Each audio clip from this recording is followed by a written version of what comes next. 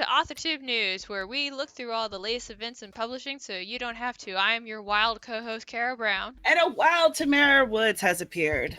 And we have got so much to catch up on and some shit to go down. Like, oh my goodness, like, we didn't mean to take a break. It just happened. First and foremost, we are authors, and we have to honor those obligations. And I know that I felt bad, and I know Kara did too, about having to push this back a little bit. But this is a project of love, and with love, we return with drama, just for you. Just so much drama, so much. And oddly enough, this drama isn't in publishing. It's not with another author. It's actually with an AuthorTuber, if we can call them that. we shall name him a troll. I mean, that's really what it is. And it looks like he has crawled back underneath of his bridge, but he's left a trail, and we're going to discuss that slimy trail that he's left. You might not be aware, but Cam Wolf is an AuthorTuber. He has previously published books, but he has since unpublished them, and he's currently working on a new release. It's not finished yet, which is important for this conversation. So this tea is hot. So on Monday, Cam Wolf, in a video that he has now privated, he discussed how this one troll was attacking him, accusing him of plagiarizing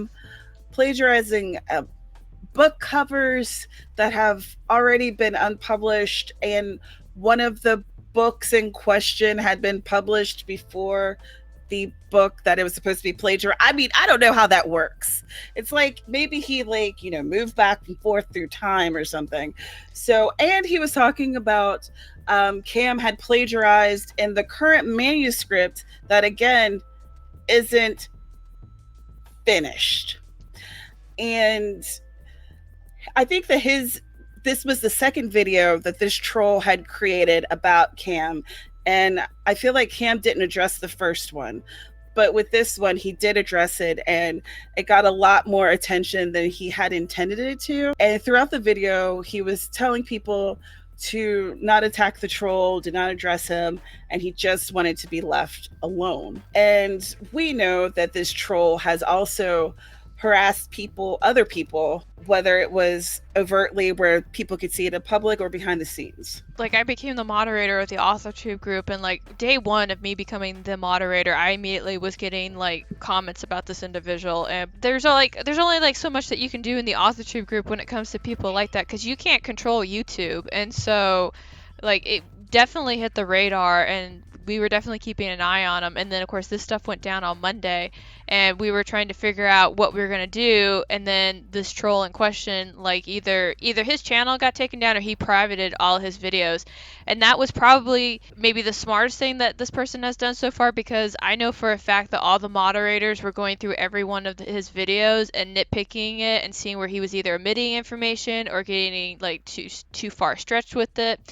I saw a couple, and I was just like, I could tell, because these were people I knew, that the facts just were not right. Like, he definitely was painting a picture that he wanted other people to believe, or he actually believed himself. Like, I don't want to be the person to accuse somebody of which side of the line that's on, but it was definitely not how it was actually going down. In the way that he created these videos, it was very dramatic, and it was very much, these people are villains. And because these people are evil and villains, then everyone in AuthorTube is a villain. Everyone in BookTube is a villain. I'm not really sure what his actual intent was. Was he wanting attention?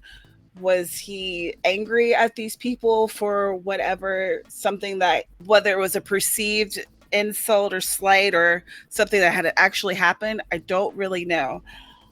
But what I do know is that it caused quite the stir in the AuthorTube community. Well, yeah, because it's basically somebody who's kind of like, I don't want to say infiltrate because that's a strong word, but that's somebody that's within our ranks that's turning around and making horrible videos about each other. And, I'm not going to lie, a lot of this is just clickbait stuff. And, people who are resentful, which is also another strong word, towards other creators are going to gravitate to this narrative because they're going to feel validated in hearing that somebody thinks the same as them. But again, this doesn't really take away from the fact that the videos that this individual made were false.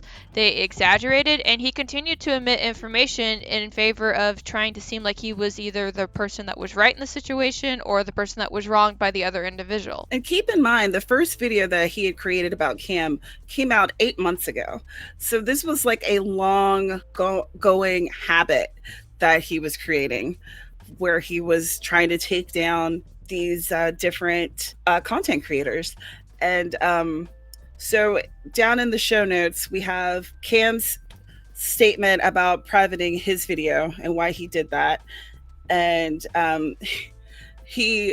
the person that he had allegedly plagiarized the cover of, she had sent a tweet out saying that she didn't think it was plagiarized, but she liked the way the cover looked.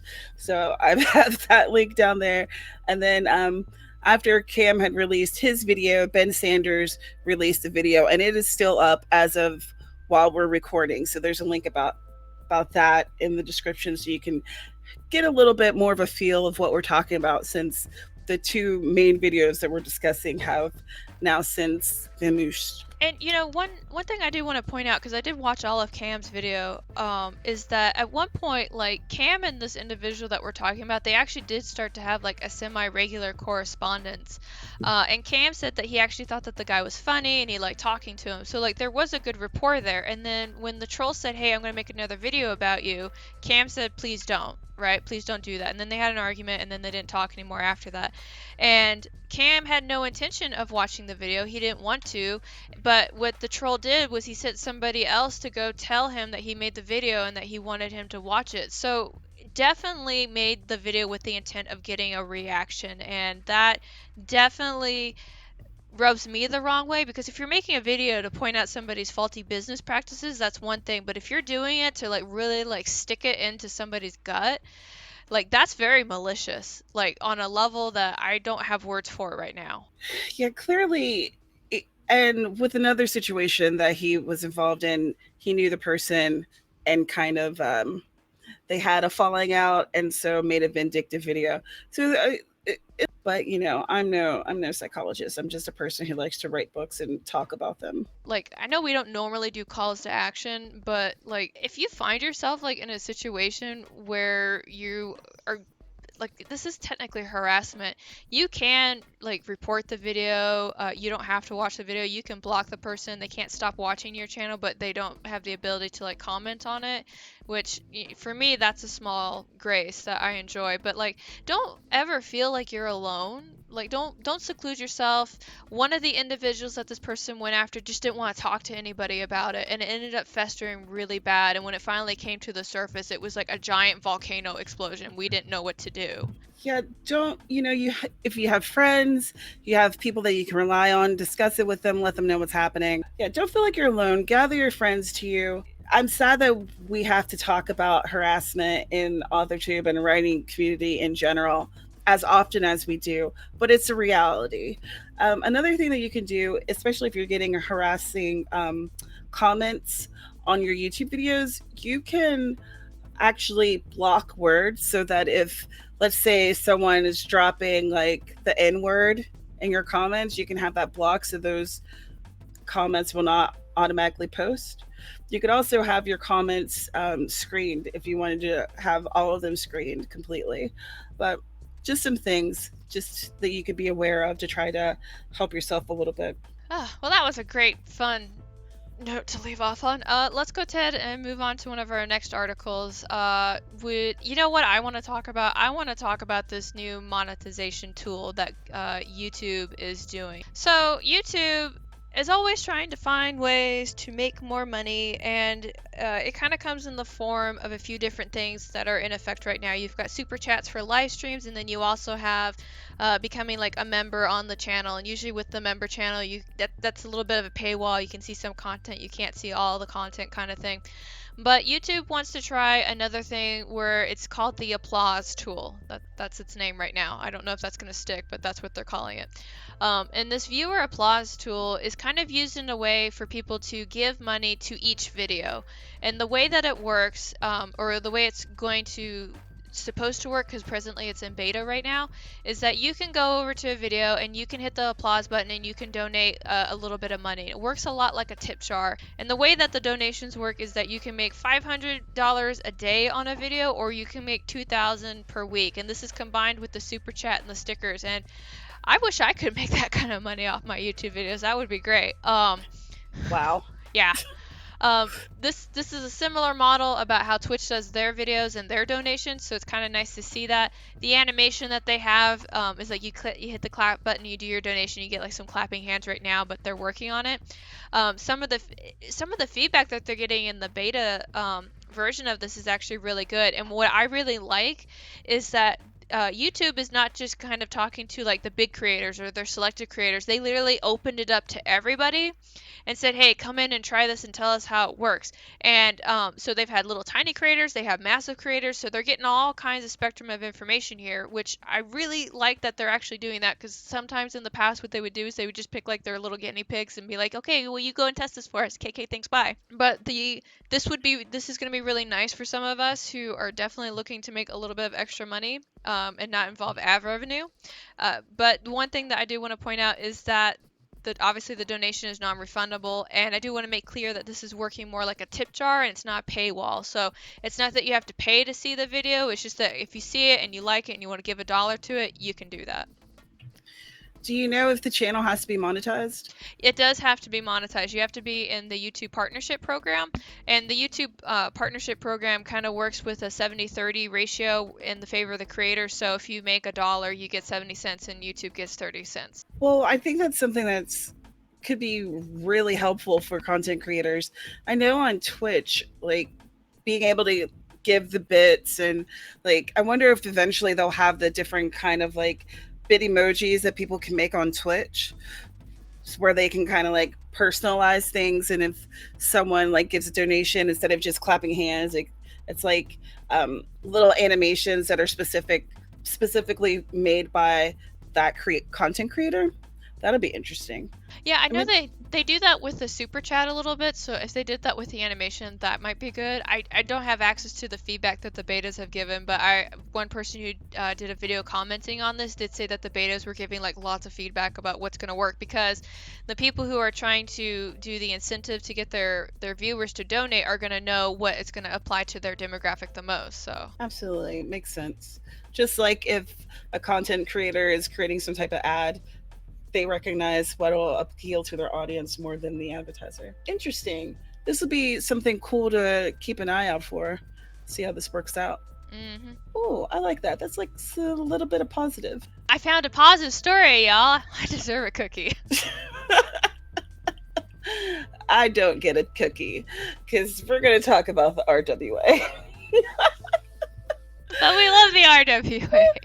We love talking about it. Oh my goodness. Like and so it still burns. So there's been so many resignations from RWA. Beverly Jenkins, who is a very well-known Black romance author, she resigned. The president of RWA and NYC, Adriana Herrera, she resigned.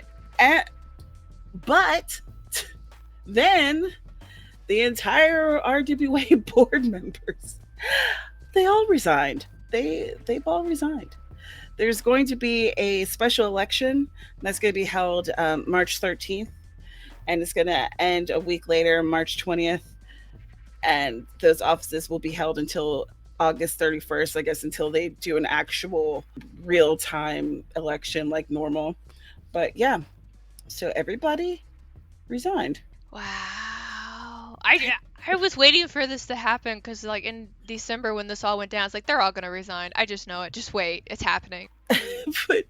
but what I found interesting was San Francisco has an RWA conference registration. There'll be a opening for registration March 10th, and that event's going to be in July. And I just thought that was really interesting with all of the other conferences, and like Rita's been canceled, board members are leaving, like all this stuff's going on, but they're like, hey, we're going to do this conference. So, I mean, I thought that was interesting. They are hiring a DEI, which is a diversity, equity, and inclusion consultant, who will assist them in designing membership programming and events, including the conference agenda that I guess will have more leaning toward diversity as opposed to what has been the status quo. And then, oh my gosh, I saw one person who agreed to run for president, Alyssa Day. And then I wanted to read this tweet that of how she feels about this. Okay, so, oh man, and I quote: "Look, I don't want this job. I turned it down many times. I have receipts, but then the entire board quit, leaving Leslie Scanterbury to deal with all the shit alone. She deserves better. I'll try to help if I even get elected. If anybody else is willing to do it, capital letters, please do it." I remember reading that on Twitter. I immediately was like, and I'm gonna follow you, and I'm gonna put the notifications on.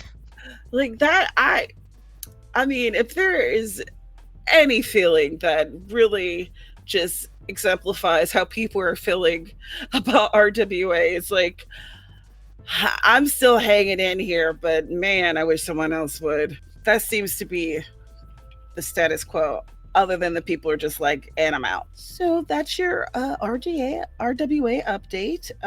Oh, also, just for fun, there's a history of RWA in Gifs or Gifs, I mean, whatever, potato. And that link is down in the description. I thought it looked really cool. So I just enjoyed the additional visuals. I did giggle a little bit while looking at them. So yeah, there's your update. Still burning. I get to put on my tinfoil hat again right now and talk about something that I seem to talk about every time we have an episode, and it's about AIs encroaching on our freaking business. Yikes. So I found an article, and it's interesting because it has to do with AIs, and they're trying to program them to write poetry. And if you think, how dare stay out of my poems. Pardon me. So I'm going to emphasize the trying because they're trying really hard, or I assume that the AIs are trying very hard. I'm not sure how they're equating the work ethic there, but what they're finding is that the AIs are really good at mimicking certain styles and keeping format, but the stuff that they write is complete garbage. So that I was just very amused by that, and I read some of the poems, and they're absolutely atrocious. And I'm saying that as somebody who's not really like good with poetry, so like I can't read it and feel anything about listening to a wolf howl in the wind or anything like that. But even I was looking at some of this, and I was like, no, that's garbage. That's shit. Oh my goodness! But they learn. I was like, and they grow. Listen, Skynet. Listen, Skynet. I just want to keep my job as a writer. Okay. Oh my goodness! Gives me heartburn. I'll take my hat off now. I just wanted to listen to your outrage because I know that you're not very fond on that. I hate it. Thank you. I hate it. So, Jeannie, one of our lovely viewers, she likes to hang out at our live streams and such and writes with us, and she's lovely. She suggested this article, and we thought that we would talk about it. So it's 2 top indie authors publishing 150 books a year. That title is so misleading. Yeah, it's a little bit. So Sean Platt and Johnny B. Truant, they co-wrote Write, Publish, Repeat, the No Luck Required Guide to Self-Publishing Success. Yeah, so they are planning on publishing 150 books. However, there's 12 people that are on their list at Sterling and Stone. So it's going to be their books and these other 12 authors that are going to be releasing all these books. But what's interesting about their platform is that they are making a lot of revenue, and they're not going the workshop route, which, you know, we see a lot of. We see a lot of workshops, we see a lot of courses, and they have decided deliberately not to go that route. They were saying that they had found by doing those, it was like diverting too much of their time and attention and even their money into kind of creating workshops and courses, because in order to have those on a bigger scale, you also have to have more employees, more people involved in the process to keep that kind of machine going. So I thought that was interesting. And they also have a podcast called Story Studio that offers advice to indie authors. And apparently they had one of the most popular 2015 Kickstarter campaigns called Fiction Unboxed, where they wrote novels in 30 days and explained to their backers how they did it. Oh man, I'm gonna have to check that out later. I've become so addicted to Kickstarter, and since my company actually does kickstarting, yeah, I'm finding that later. I actually am interested in looking at their podcast because I am a podcast hoe. Love a good podcast. In fact, if you guys have any other podcasts that you suggest that we should pay attention to, let us know. Yeah. And also tell people about us. Spread the word. Spread the word. Do it. Show us love. Just a little bit of love. Speaking of love, happy Valentine's Day. That's today, isn't it? Yay. Yeah.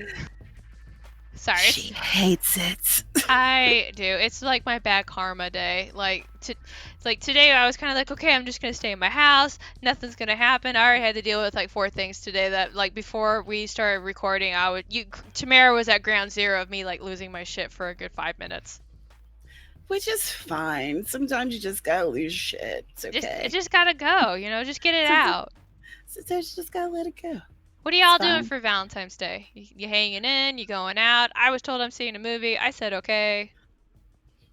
I know that we're going to see a movie because every Valentine's Day we always go see like a movie. I don't know why. When Deadpool first launched, like the first Deadpool, that was like the best Valentine's Day movie ever. It was great. So today we're going to go see Birds of Prey because we both love Harlequin. So it's going to be good times. I'm going to go watch Sonic the Hedgehog because I never grew up. But at least this Sonic looks cute. Yes. I'm very happy for the changes that were made and that we were actually listened to when we rose up as one voice and said, no, that's not Sonic. Awful.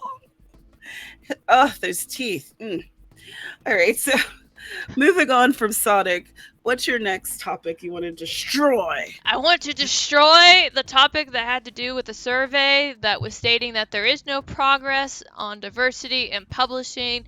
And this is another title that was misleading because when I first read it, I assumed that they were talking about authors. But after finding the root article, because this was an article relating to another article like you do, it had to do with the individuals who work in the publishing industry itself and what changes have happened. And I actually thought that the results were really interesting, especially one of the last ones. Now,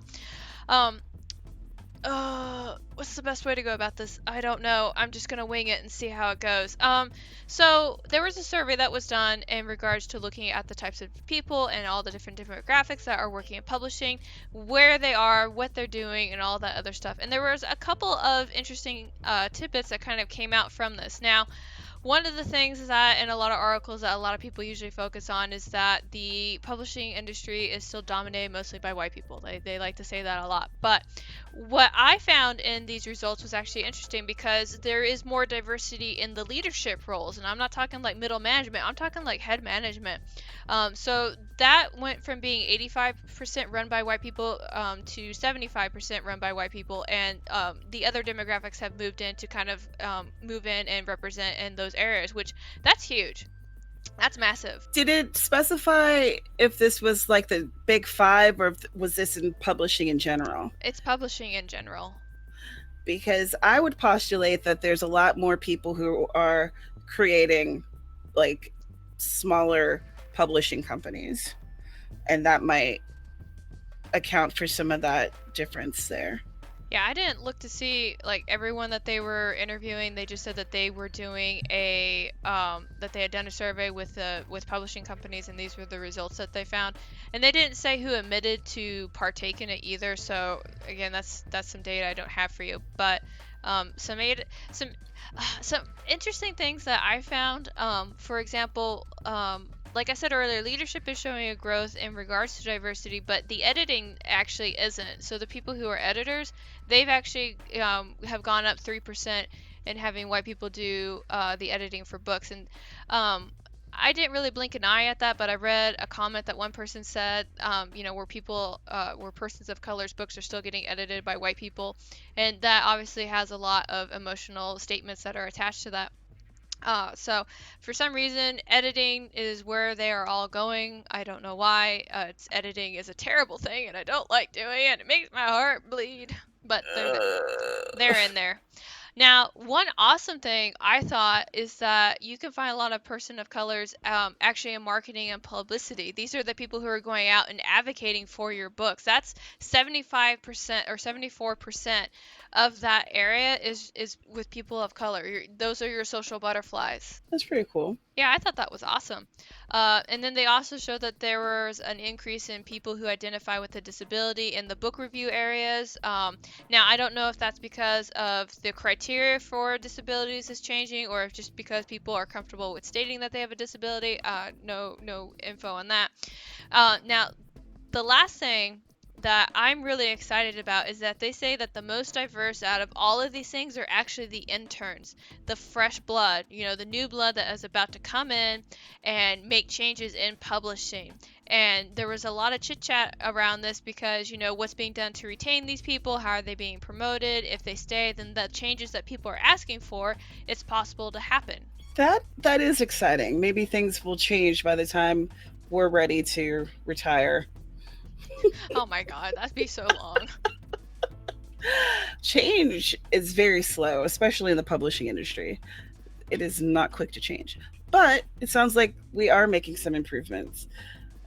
Unfortunately, this next story is not an example of that. Hey, I found 2 positive articles. You get the gold star. I was like, that's 2 for 2 so far. I do not get a gold star. One of the things that came up while we've been on this brief, unintended hiatus was American Dirt. American Dirt was written by Jeannie Cummins, and it's a novel about a Mexican woman and her son seeking to cross the border. Now, I'm not sure if y'all have heard about all the controversy that ensued from this book. This book that Cummins herself said that she wished someone slightly browner than her would write, that she didn't feel like she should have written it. I still don't understand why she did it then. I mean, it takes a lot of conviction, I would think, to take 5 years of your life to research, write a book, then go through all the trouble of pitching it and trying to get it, and querying it and trying to get it sold, for you to not feel like you should have done it. I don't know. Maybe that was some backpedaling on her part. I don't know her there. We didn't go to the Chinese buffet. So this book had a huge marketing budget. It was acquired for 7 figures in a competitive auction in May 2018. Like, 7 figures is huge. That is huge. And it was Oprah approved. Like, this book had everything going for it, but yet it still has been incredibly problematic. And a lot of people were expressing their displeasure. ire. Yeah. Ire, disgruntlement, threats of violence. I'm not sure about the threats of violence, but okay. A lot of the ire that was felt about this book was more about how this was marketed. So Cummins had referred to herself as being white, but with this bio for the book, she said that she had a grandmother who was Puerto Rican, and her Irish husband was referred to as a quote unquote undocumented immigrant. Is that really accurate? Is that yeah, I don't feel like it was. I know that there was a lot of issues when it came to the marketing of the book. Some of it had to do with kind of like how it was marketed in general, like getting a lot of big name people to come in and endorse the book before it came out, and obviously, you know, where it was placed in bookstores and a whole bunch of other things. And you know, rightfully so, there were some authors who were kind of like looking at this book and saying, like, why is this book getting the budget that it's getting and we're not? Like, and if you think about it, I think that that's a really good question, because the sales of this book were not bad. It did sell really well. And the question is, did it sell well because of how it was marketed, or did it sell well because of the content material? And I'm leaning towards how it was marketed, honestly. Yeah, one of the problems with those celebrity endorsements was that there was people who were endorsing it and hadn't read it. Like Selma Hayek, she came out and apologized for praising it without reading it. Ouch. Don't do that. So, you know, I think that honestly, controversy will help to sell a book. Yeah, it's kind of like Blood Air, where all that controversy came out and a lot of people wanted to read the books that way they can make their own conclusion. That's probably happening with American Dirt right now. Francine Simone came out with like a 30-minute video where she had some really strong, and I agree with her thoughts on the whole subject involving the book and the community it's involving, because it's a half hour long. You guys got to go watch it at some point. She says some really good stuff. I'll leave it in the comments down below for y'all. And the book, it sold $49,000 or 49,000 copies within the first week. What? So, yeah. What? So, you know, controversy sells. Controversy sells. And a statement from the president of and publisher of Flatiron Books that published the book, it felt a little tone deaf, and there'll be a link for it in the description as well. So, you know, we wish to listen, learn, and do better, but that also must include a two-way dialogue characterized by respect. And then he went on to kind of reprimand people and to kind of make it sound as though they were being victimized by a large, maybe not a large part, but a part of the Latinx community that felt so strongly against this book. I mean, there's some really negative reviews that kind of popped up in the source materials that we were looking through. And it was for people who have actually read it. It wasn't just the, you know, the people who were trolling and decide that they haven't liked the book because of X, Y, and Z. But it's, you know, actual legitimate disdain for things. So yeah, American Dirt, piece of dirt. I don't know, but it's selling like hotcakes now. You can let us know if you've read the book, and, you know, tell us if it's hype, if it's not, because, man, I'm not inclined to buy it if it's just a ploy to make me buy it. Yeah, it feels, I don't know, feels really messy. And again, why would you say that someone else who was a little bit browner than you should have written a book that you wrote? What? I cringed so hard when I read that line. I was like, no. It really, I mean, I kept saying it over and over. Why did she write it then? Carrow, why? Carrow's like, just save it for the podcast. I'm like, but why though? I have questions. I don't have answers. Mrs. Cummins, please send me an email. We're not trying to gang up on you or anything, but it would be nice to have some of this stuff clarified. AuthorTubeNews@gmail.com. Links in the description. A tale of 2 Black History Month campaigns. Oh, yeah. We gotta talk about that. We gotta talk about the shit show that fucking Barnes & Noble did this year. Oh, Barnes & Noble. Why do you do what you do when you do what you do? I want to know who they consult when they do this stuff, and I want to talk to that person.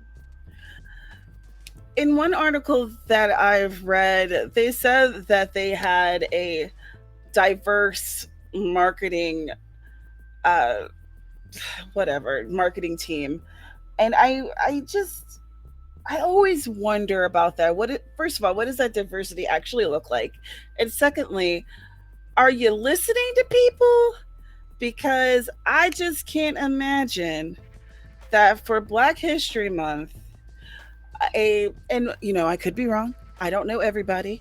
Black community is not a monolith, but I'm just going to say I can't imagine that someone in 2020 for Black History Month would be like, you know what?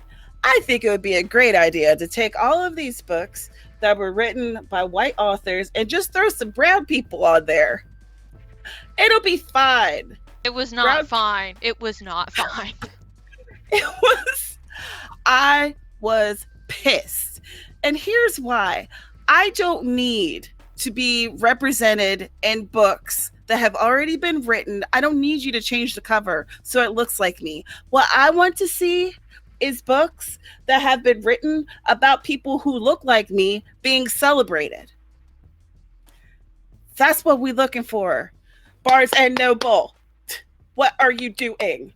And it's a slap in the face too, because in some ways this looks like a hand-me-down if we just go ahead and just kind of paint the character differently and say, here you go, he made this for you, and you're like, what the flying fuck?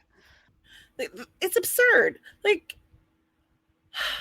I don't need that. No one needs that. And no one was asking for that. Who was asking for this? Who Identify yourselves. Identify yourselves if you really wanted this, just so that way we know that the company didn't make this mistake because of a lack of a focus survey. Like, no, every time something like this happens, I'm always like, who was the focus survey? Who did they talk to? Where did they get this input from? Was it a bunch of like interns in an office that said this will be a great idea, or did they actually talk to like 300 people and get their input? You always wonder, and no one ever really says for sure. I gotta know.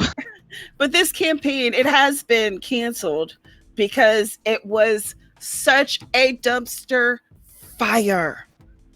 It was absolutely terrible. So, I mean, book Twitter, Black Twitter, all the Twitter, so angry. I didn't meet anybody that thought that this was a great idea. Like, nobody that I have encountered since this came out was like, that was a great idea. They were like, what were they thinking? Like, every single person. Even like, people, even friends of mine who are not avid readers got a hold of the article and they're like, that's dumb. It's very, very, very tone deaf. And it just doesn't make sense. If we are talking about Black characters for Black History Month, how would changing the race of some folks on a cover, what does that do? That doesn't do anything. That's it's bullshit pandering, and I don't have time for it. So anyway, there's a link in the description about that. And I think that might be our last article, which means it's time to end on a positive note. Since we're moving on to the fun part, we have to pull out our no budget sound effects. So no budget here, guys. No budget. Absolutely none. No. And this actually brings us to the new book release that we're doing, where we like to talk about new books that come out. And if you have a book that's coming out, link down below. Feel free to fill it out. If you got a friend that's got a book coming out, have them fill it out too. Are you one of those rapid release people? You gotta fill it out for each book. Sorry about that, but feel free to fill that out too. Yeah, you know, Fill it out. Come on. Links in the description. So, who wants to go first? I know, me. There's no choice here. So, there is a certain someone who has a book coming out under a different pen name. It launched today.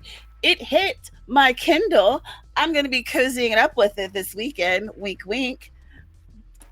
Say hello to Faye Black, the pen name for Carrow Brown, the Carrow Brown that's on the other line on this podcast. It is glaring at me. I feel it. The book is called Dressed Up. It's a BDSM romance, erotica, if you will. It's available on Amazon. And the tagline, never judge a book by its cover. And here's the comments. I got tired of reading badly written BDSM, so now I'm writing it in hopes I can make the genre better. Expect monthly spamming as I want to release one a month after this one. Uh-oh. Don't threaten me with a good time, ma'am. Oh, I'm sorry. Didn't mean to threaten you. It's a promise. Thank you. I actually wasn't gonna put my book in there, but like Tamara like chased me down. She's like, "You better put it in there." I was like, "Oh my god, okay, fine." Well, I mean, come on. We are doing this out of the love of our hearts. At least if we have a book coming, someone can toss us a buck. Yeah, I could actually want. Yeah, actually, on that note, I just filed taxes. I could definitely use some ching ching. It's 99 cents, so if you can just throw me some money, that would be great. Thanks, guys. Okay. So let us move on from this shameless self-promotion and talk about the next book. The next book is actually written by one of our friends who's also doing a pen name, and this pen name is Ava Fox. You can find her on YouTube because this pen name is actually for Dana Gollin, and you can find her at Dana Gollin Writes. Her book title is called Season of Seduction, Independence. Its genre is an erotic romance, and it is launching on the 17th. I say again, on the 17th, and you can find it on Kindle, Amazon KDP, and paperback. And the tagline that she has for this, "Oh, sweet summer lovin', could he be Mr. Right or Mr. Right now?" Oh, yeah. Ooh. And it's available for pre-order. It is available for pre-order, yes. See, the additional comment that she wanted us to share with you is that this is an 18-plus audience only, book one of my new series called Seasons of Seduction. Wow. Could he be Mr. Right or just Mr. Right now? I've met a couple Mr. Right Nows. I have too. I like this tagline a lot. I'm intrigued. Well, oh my goodness, we have been through it this podcast. My goodness. From the ups, the downs, for the racism, for the AI, tinfoil hats for everyone. I'm glad that we're still doing this, and I'm glad that we're here. And again, apologies for having to take our unintended hiatus, but we're back, baby. We're back. Hopefully next time we won't have more AuthorTube drama. I'd like to keep that on the down low or non-existent. Just stomp it out before it grows, okay, guys? Just do that. Yeah. Can we just hang out and just treat each other with respect? It's a pretty small community. Yeah. Well, hope springs eternal. Yep. So on that note, we're going to go ahead and end the podcast. If you have not done so already, feel free to go ahead and hit the like button. If you are new here, feel free to hit the subscribe button as well. We try to post these about bi-weekly, or if we don't have an impending deadline, whenever we can get around to it. Again, if you run into a news article that you think is worth sharing, but you're not seeing it's getting the notice that it deserves, feel free to pop it to us. If it's something really urgent, Tamara and I will do like an emergency special, and we'll talk about that like we did with the RWA stuff. We also have a SoundCloud. If you'd prefer to listen to your podcast on the go, please share us. Just whore us out. Share it with everybody. If you do whore me out, can I get like a percentage of that? Good grief. Anyway, thank you so much for being here. It looks like there's a pattern there.